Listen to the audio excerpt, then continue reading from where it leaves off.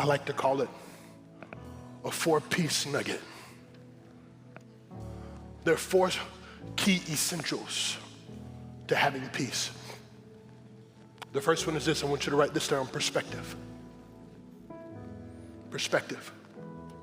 No matter what's going on around you, you got to have the right perspective. No matter how you may feel, you got to have the right perspective. If you can see right, you can live right. I said, if you can see right, you can live right. I said, if you can see right, you can live right. And the problem with some of us is we're looking at what is happening to us rather than what God is doing in us. The right perspective. Look at Paul's perspective. Paul says, verse 12, now I want you to know, brothers and sisters, that what has happened to me has really served to advance the gospel. As a result, it has become clear throughout the whole palace guard. Listen to this. Every guard knows that I am in chains for Christ. Because of my chains, most of the brothers in the Lord have been encouraged to speak the word of God courageously and fearlessly.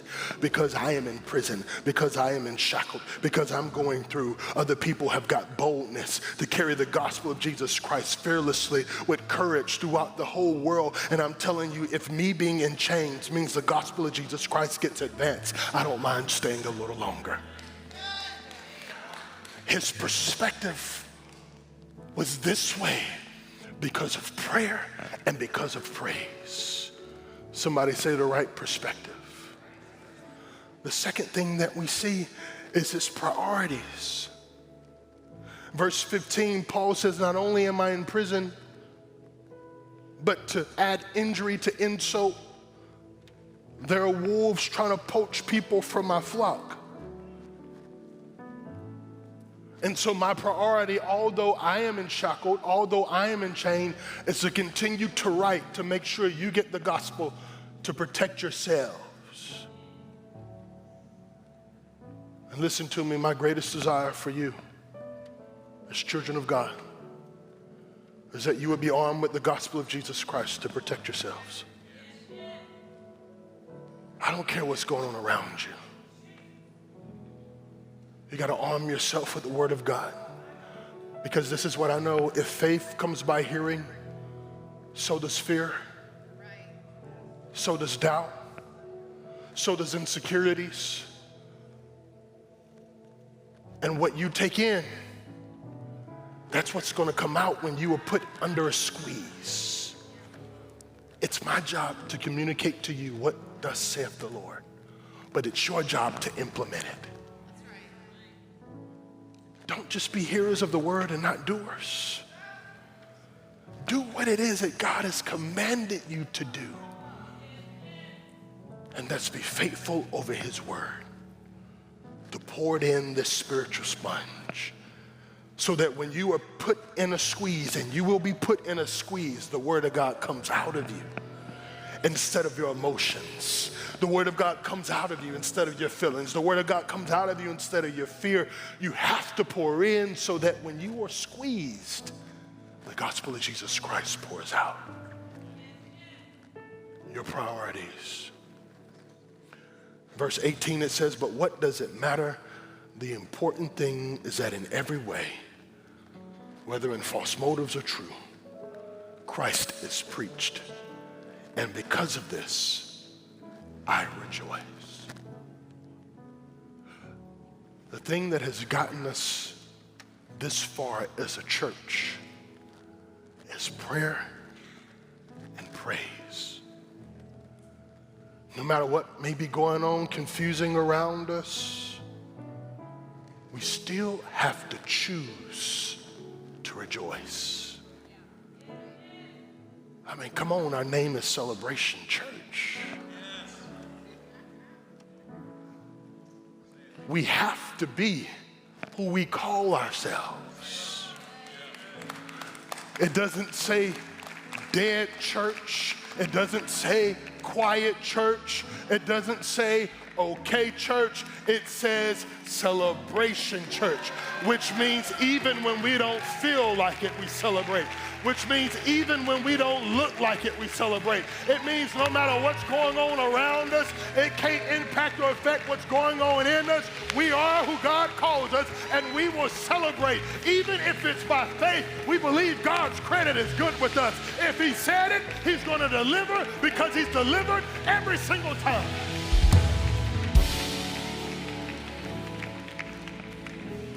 Our perspective is put in its right place. Our priorities are put in its right place when we can pray and when we can praise. The third thing that we see Paul have was power. He has power.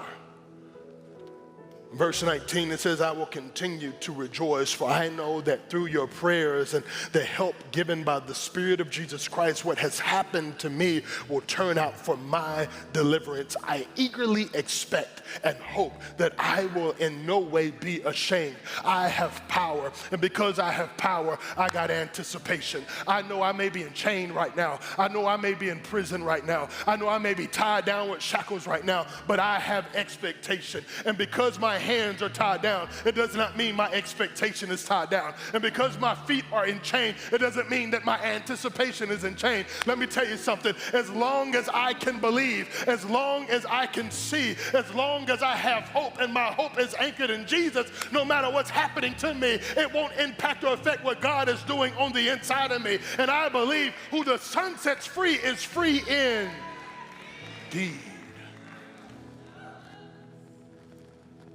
You got power. I said you got power. I said you got power. And you got to start acting like you got power. I said you got to start acting like you are what you have received. You got power. When you can pray and when you can praise, you better believe you got power. I don't care how you feel. Sometimes you got to move beyond your feelings. And I thank God that he doesn't say you only pray and you only praise when you feel like it. I'm so grateful. He says, praise shall continually be in my mouth, which means there's sometimes that I don't feel like it. There's some days that I don't want to. There's some situations and instances where I don't think it's necessary. And God always calls me back to prayer and praise, because he understands if I set my prayer in the right place, if I set my praise in the right place, he'll help me set my priorities in the right place. He'll help me set my perspective in the right place. He'll help me set my power in the right place. And then the fourth and final one is this: he'll help me set my purpose in the right place. See, you got to understand what you may be going through serves a purpose. What you may be in serves a purpose. What you may be up against serves a purpose. And I know it may be uncomfortable right now, but I'm telling you, when you get on the other side of it, you can utilize it as your testimony. And the Word of God says we overcome by the blood of the Lamb and by the words of our testimony. Is there anybody listening to me right now that's thankful that although you may be in the middle of your test right now, you are anticipating God to bring you out and to form and develop your testimony and to position you where he can showcase your power? Somebody shout, I changed my mind. What you are going through serves a purpose. And I'm telling you, the only way we can move forward is to look back and see how God has been faithful. He's been faithful in our past. I'm telling you, he's been faithful in our now, and he'll be faithful in our tomorrow. But in order for you to understand that, you got to change your mind.